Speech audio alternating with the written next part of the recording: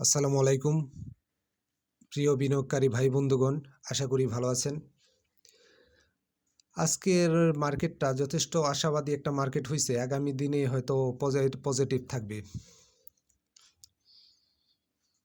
যেহেতু সামনে নির্বাচন এবং এই সপ্তাহেই নির্বাচনী তফসিল ঘোষণা করা হবে, সেক্ষেত্রে মার্কেট পজিটিভ ট্রেন্ডটা অব্যাহত থাকবে বলে মনে হচ্ছে।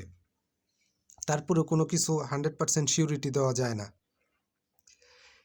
এখন যে শেয়ারটি নিয়ে আলোচনা করব সেটি হচ্ছে গোল্ডেন হারভেস্ট। আপনাদের সকলের পরিচিত একটি শেয়ারটি একটা ভালো পজিশনে আছে। বর্তমান আরএসআই হচ্ছে 57.5 আর আজকে 30 পয়সা পজিটিভ করছে। বর্তমান মার্কেট প্রাইস হচ্ছে 12 টাকা 10 পয়সা এবং আজকে হাত বদল হয়েছে 6,29,000 শেয়ার।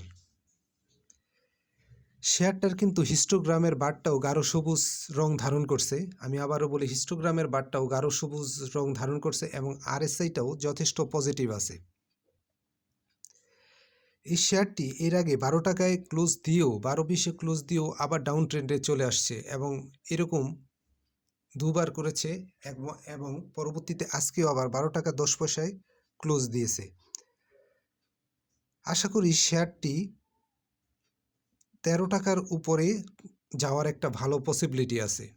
শেয়ারটি গোল্ডেন হারভেস্ট শেয়ারটি 12 টাকা 10 পয়সা বর্তমান প্রাইজে আছে এবং শেয়ারটি ইন্ডেক্স পজিটিভ থাকলে 13 টাকার উপরে যাওয়ার পসিবিলিটি আছে এবং এই মুহূর্তে ভালো পজিশনে আছে। যদি কেউ চান এই শেয়ারটায় ভালো পজিশন দেখে ইন্ডেক্সের দিকে খেয়াল রেখে এন্ট্রি নিতে পারেন। তবে আমি সব বরাবর যে কথাটা বলি যে শেয়ার আজকে কেনার পর কালকেই আপ হয়ে যাবে এরকম না। তবে যদি ডাউন ট্রেন্ডে আসে অ্যাভারেজ করার জন্য পর্যাপ্ত টাকা রাখতে হবে। আর এই মুহূর্তে যদি বলি, এই শেয়ারটার কিন্তু পজিশন প্লাস ডিরেক্টর হোল্ডিং হচ্ছে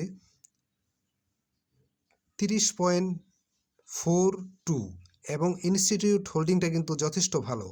ইনস্টিটিউট হোল্ডিং হচ্ছে 37.43 এবং ফরেন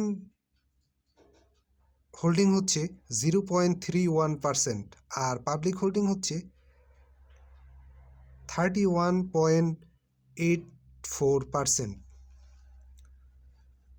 শেয়ারটা যথেষ্ট ভালো পজিশনে আছে। ইন্ডেক্সের দিকে খেয়াল রেখে আপনারা এই শেয়ারটিতে এন্ট্রি নিতে পারেন। যদিও আমি কাউকে বাই সেল নির্দেশ করি না, তবে বাই সেল নিজ দায়িত্ব করবেন।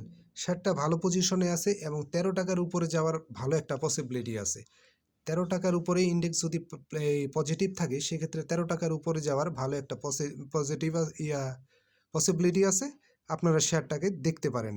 আর এই মুহূর্তে খুব একটা বেশি যে ভলিউম হয়েছে তা না। গত দিন ভলিউম হয়েছিল 4.5 লাখ আর আজকে ভলিউম হয়েছে মাত্র 6,29,000। তো এই শেয়ারটা এন্ট্রি নেওয়ার যথেষ্ট সুযোগ আছে এবং আমি বলবো যে এই মুহূর্তে এন্ট্রির জন্য একটা ভালো সময়। তবে অ্যাভারেজ করার চিন্তাও মাথায় রাখতে হবে। আর আজকে কিনবেন কালকে বেড়ে যাবে এই ধারণা থেকে বেরিয়ে আসুন।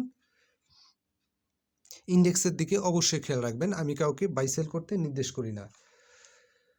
এরপরে যে শেয়ারটি নিয়ে কথা বলবো সেটি হচ্ছে ফুয়াং সিরামিক। আপনাদের সকলের পরিচিত একটা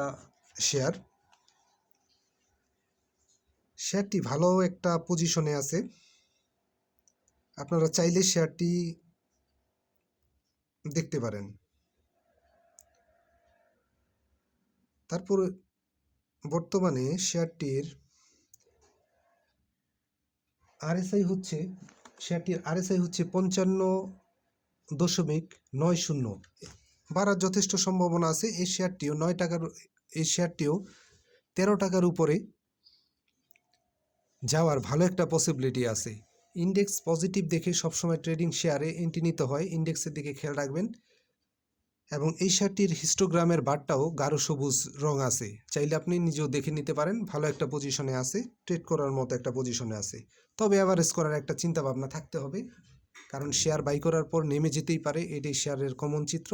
সেক্ষেত্রে আপনি অ্যাভারেজ করে নিতে পারেন। আর যদি বাইয়ের পরেই উঠে যায় তাহলে তার কোনো কথা নেই, তবে সব মিলিয়ে ভালো একটা পজিশনে আছে। আজকে মাত্র ফুয়াং সিরামিক 10 পয়সা পজিটিভ করছে, 10 পয়সা প্রাইস আপ করেছে। এটাতে আপনারা এন্ট্রি নিতে পারেন যদি আপনারা চান। তবে শেয়ারটির ইনস্টিটিউট কিন্তু শেয়ারটি এই মুহূর্তে কালেকশন করতেছে, প্লাস করতেছে। তো সব মিলে যদি চান শেয়ারটিতে আপনারা এন্ট্রি নিতে পারেন। আমি কাউকে বাই সেল করতে নির্দেশ করি না, বাই সেল নিজ দায়িত্ব করবেন।